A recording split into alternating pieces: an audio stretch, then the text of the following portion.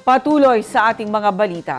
Naalarma ang pamunuan ng Barangay Poblacion 5, Cotabato City Council matapos masapul sa CCTV ang isang lalaki na may bit-bit na baril na naglakad sa tapat ng barangay hall. Nanawagan ng Barangay Poblacion 5 Council sa Philippine National Police, Philippine Marines sa pamunuan ng PNP ProBar at Cotabato City LGU na tugunan ng insidente. Ang News Now mula kay Naphtali Velarde. Nanawagan ng Barangay Poblacion 5 Council sa Philippine National Police, Philippine Marines, sa pamunuan ng ProBar at Cotabato City LGU na tugunan ng insidente kung saan nasa pool sa CCTV ang isang lalaki, walang damit pangitaas, may bit-bit na long firearm at naglakad patungo sa kalsada sa tapat ng barangay hall.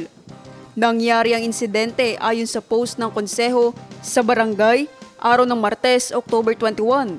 Sa CCTV footage, naglalakad ang lalaki mula sa isang bahay palabas sa kalsada, saka tumigil ng ilang segundo, tumingin sa tapat ng barangay hall at pumasok din uli sa bahay. Itinuturing ng konseho ng barangay ang insidente na isang seryosong banta sa kaligtasan at seguridad ng publiko. Mariin na kinondena ng Sangguniang Bayan ang anilay anumang uri ng iligal na pagmamay-ari o hayagang pagpapakita ng baril sa loob ng komunidad.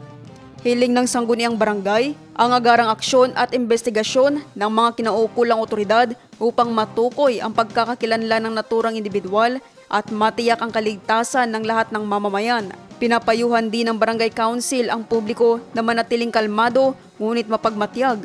Hinikayat din nila ang sinumang may impormasyon na maaaring makatulong sa investigasyon na makipag-ugnayan ng direkta sa pinakamalapit na himpilan ng PNP. Hiling din nila ang iwasan ng pagpapakalat ng hindi beripikadong impormasyon. Naphtali Velarde, iMinds, Philippines.